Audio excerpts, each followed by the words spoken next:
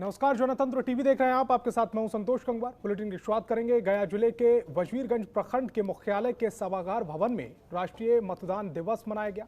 मतदाता दिवस मनाने का मुख्य उद्देश्य लोगों को वोट के प्रति जागरूक करना था, साथ ही मतदाताओं को सशक्त बनाना था ताकि मतदाता देश के उज्जवल भविष्य के लिए बेहतर प्रतिनिधि का चुनाव कर सके और लोग अपने वोट मत को लेकर जागरूक हो सके, सशक्त बने, जिससे लोग अपने वोट का सही प्रयोग कर सके।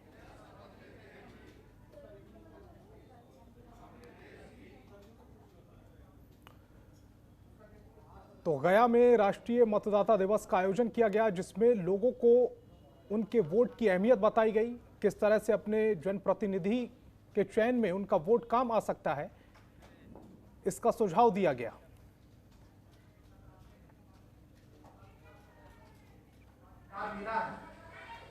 लेकिन मतदान के दिन हम लोग वोटिंग करने नहीं।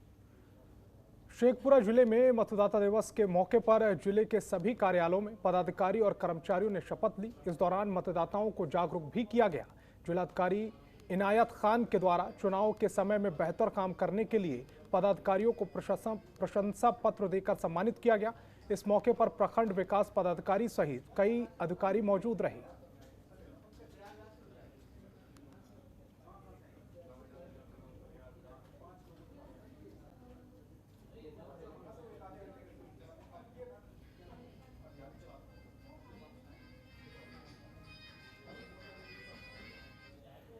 पटना में राष्ट्रीय मतदाता दिवस कार्यक्रम का आयोजन किया गया। इस दौरान भारत मुख्य निर्वाचन अधिकारी सुनील अरोड़ा ने कार्यक्रम को संबोधित करते हुए कहा कि निर्वाचन आयोग हमेशा मतदाताओं को निष्पक्ष बनाने का काम करता है।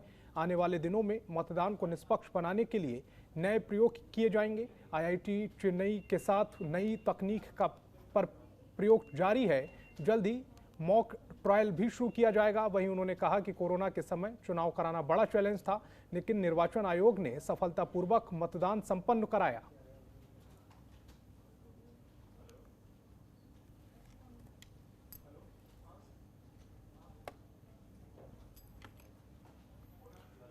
अररिया में संवेदक संघ ने राष्ट्रीय परशुराम परिषद के राष्ट्रीय अध्यक्ष के सम्मान में अभिनंदन समारोह का आयोजन किया। इस कार्यक्रम में अररिया सांसद समेत कई वरिष्ठ नेता शामिल हुए, जिसके दौरान लोगों ने भाजपा के वरिष्ठ नेता अजय झा को राष्ट्रीय परशुराम परिषद के राष्ट्रीय अध्यक्ष बनने पर बधाई दी।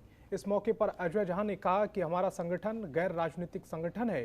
यह संगठन गरीब बच्चों के लिए शिक्षा की व्यवस्था, लाचार लोगों के लिए बेहतर इलाज की व्यवस्था और समाज हित से जुड़े कई कार्यों को करता है और देश के 14 राज्यों में इस संस्था का संगठन है। अब बिहार में मजबूती के साथ संगठन बनाया जा रहा है।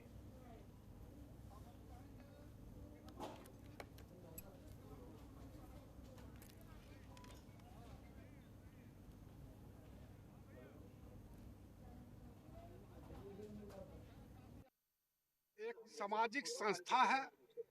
देश लेवल पर इनका 14 राज्यों में जो है संगठन बन चुका है। विगत 4-5 वर्षों से बिहार के कई राज्य हो रहा है। ये बिल्कुल रचनात्मक काम करने के लिए ही बना है। गरीब बच्चों के लिए आपको स्कूल की व्यवस्था, शिक्षण संस्था के का काम और जो निसहाय लोग हैं उनके इलाजरत काम हो। किसी का शादी नहीं हो रहा है, गरीब है, लाचार है, बेबस है, उसके लिए व्यवस्था हो। ये बिल्कुल इनका बहुत बड़ा विजन है। उधर सहरसा जिले के 70 कटैया प्रखंड के सिहौल पंचायत के कई ग्रामीणों ने धमेरा नदी पर पुल निर्माण को लेकर बैठक की। बैठक में बताया गया कि यहाँ के सैकड़ों घरों के लोग एक पुल के लिए सालों से संघर्ष कर रहे हैं। आपको बता दें कि धमेला नदी में ना तो पुल बना है और ना ही यहाँ कोई आसपास अस्पताल है, इसीलिए धमेरा नदी पर पुल बनने से यहाँ के लोगों का जीवन थोड़ा सरल हो जाएगा। आपको बता दें कि हर साल 5 से 10 लोगों की मौत इस नदी में डूबने से हो जाती है। वहीं पूर्व जिला पार्षद प्रवीण आनंद ने कहा कि यह नदी 2 प्रखंडों को जोड़ने वाली नदी है। इस क्षेत्र के विकास के लिए पुल का बनना बहुत जरूरी है, इसीलिए हम लोग जिला प्रशासन से आग्रह कर रहे हैं कि जल्द ही इस नदी पर पुल बनाया जाए। अगर ऐसा नहीं हुआ तो हम लोग नदी के पास ही आंदोलन करेंगे।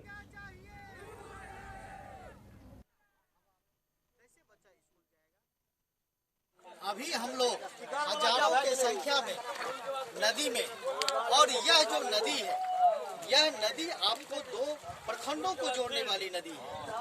और खास करके हम लोगों को एक पुल चाहिए, जिस पुल से खास करके जो एक बड़ी आबादी हमारे इधर है और बड़ी आबादी इधर है, ये सीहोर पंचायत का है। हम सरकार से मांग करते हैं कि आप चाहते हैं कि गांव का विकास हो, क्षेत्र का विकास हो, तो निश्चित तौर पर इस पुल का बनना बहुत जरूरी है। बिहार के पश्चिम चंपारण जिले के बगहा में बेटी बचाओ बेटी पढ़ाओ अभियान की शुरुआत की गई। आपको बता दें कि बगहा अनुमंडलीय अस्पताल के प्रशासन की ओर से एक कार्यक्रम का आयोजन किया गया, जिसमें कई जीएनएम नर्सों और महिला स्वास्थ्य कर्मियों को उनके योगदान के लिए प्रशस्ति पत्र देकर सम्मानित किया गया। साथ ही एक दूसरे को मिठाई खिलाकर बेटों से कम नहीं बेटियां, ये संदेश भी दिया गया। आपको बता दें कि बगहा अनुमंडलीय अस्पताल पिछले दिनों भ्रूण हत्या की रोकथाम और बेटियों को जन्म पर यहां के माता पिता को भी बधाई पत्र देकर सम्मानित करता आ रहा है।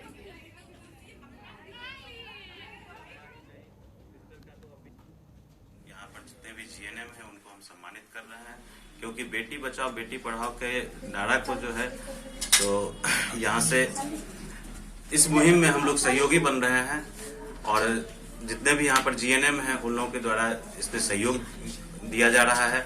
जो किस तरह से हम लोग को बच्चे को बचा के रखना है, उसमें भी खास करके बेटी जो है वह आज के लिए बहुत जरूरी है। गौरवान्वित महसूस कर रहे हैं कि हम लोग को ये सम्मान मिला। हम लोग खुद इस प्रोफेशन में, नर्सिंग प्रोफेशन में, और यहाँ मतलब हमारे समाज में बेटियों को ज़्यादा नहीं पढ़ाया जाता है, भ्रूण हत्या होता है, उन सब की रोकथाम के लिए हम लोगों ने ये मुहिम चलाई है।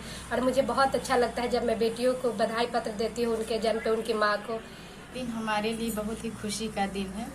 जैसे कि हम परिचारिका श्रेणी ए है, और बेटी बचाओ और बेटी पढ़ाओ का अभियान हमारे देश में शुरू हुआ है, हमारे राज्य में शुरू हुआ है। इसलिए हम लोग इसको शुरू कर चुके हैं। जब भी जिस भी माँ को, जिस भी परिवार को बेटी वो जन्म देती है, तो हम लोग उसे बधाई पत्र दे करके उसे प्रोत्साहित करते हैं। आज से बांका के अमरपुर रेफरल अस्पताल में भी कोरोना टीकाकरण की शुरुआत की गई है। कड़ी सुरक्षा और डॉक्टरों की पैनी नज़र के बीच सबसे पहले फ्रंटलाइन वर्कर को टीका लगाया गया। तय नियम के मुताबिक कोरोना टीका लगाने वालों को 1 घंटे बिठाया गया, फिर घर रवाना किया गया। वहीं अभी तक वैक्सीन लेने वाले किसी भी व्यक्ति में साइड इफेक्ट्स नहीं देखने को मिला है।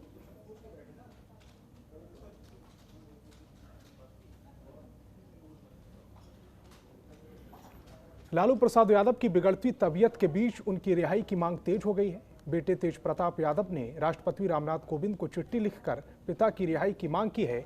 उन्होंने कहा है कि लालू प्रसाद यादव को जेल से छुड़वाने के लिए कैंपेन भी चलाया जाएगा, जिसमें युवा और छात्रों को जोड़ा जाएगा। तेज प्रताप यादव ने कहा कि लालू यादव ने गरीब पिछड़ों के लिए काफ़ी काम किया है। वहीं उन्होंने केंद्र सरकार पर आरोप लगाया है कि केंद्र सरकार जानबूझकर लालू यादव को प्रताड़ित कर रही है।